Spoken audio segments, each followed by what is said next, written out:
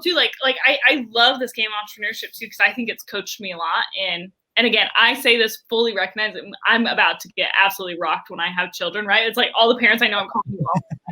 But like, what a beautiful thing to think about too in how you teach your children. Where it's like, how can you teach for learnings and outcomes rather than marks? Where it's like, hey, cool, like what do we want to learn this summer? What do we want to do?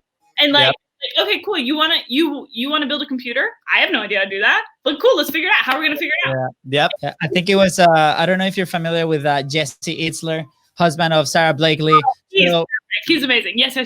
Exactly. So it's incredible. Like they sit around in every dinner and they're like, hey, what do you feel at today? What do you feel at today? What did you do to overcome that failure? So they actually celebrate the failures instead of the wins first, and then they celebrate the wins on how they actually win that. And I thought that was like amazing, right?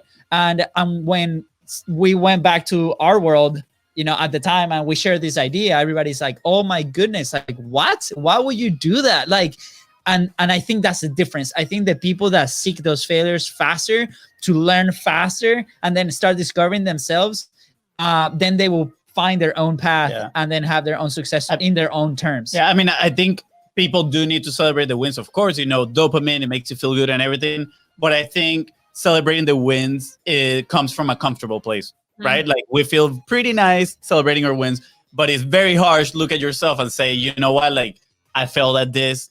And then it's even harsher to tell yourself why you fell at that, right? Like kind of like analyzing yourself.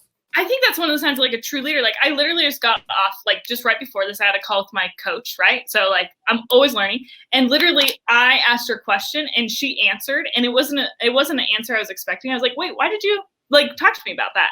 And she got quiet for a second. She goes, I'm going to correct myself on that. She's like, I was wrong. And she goes, and let me tell you why I think I was wrong about that. And like in the moment coaching, right? Where it's like, listen, like a coach, a leader, whether it's Jesse Itzler, who's a father, or a business coach, or whoever, like the sign of a true leader is somebody who in the moment is like almost like grasping to see where you fall short because it's a moment to learn. And again, like how cool is it that my coach, like I'm literally paying her money, no pride, no ego involved. She's like, oh, I totally botched that. I totally take back what I said. And let me tell you, what I just told you came from a place of fear. Love it. Wow. That for me was so much more important even than the answer that came first or second. Was this example where it was like, oh yeah, like, sorry, I totally said that out of fear right there. And I was like, wow, how many places am I doing that in my life?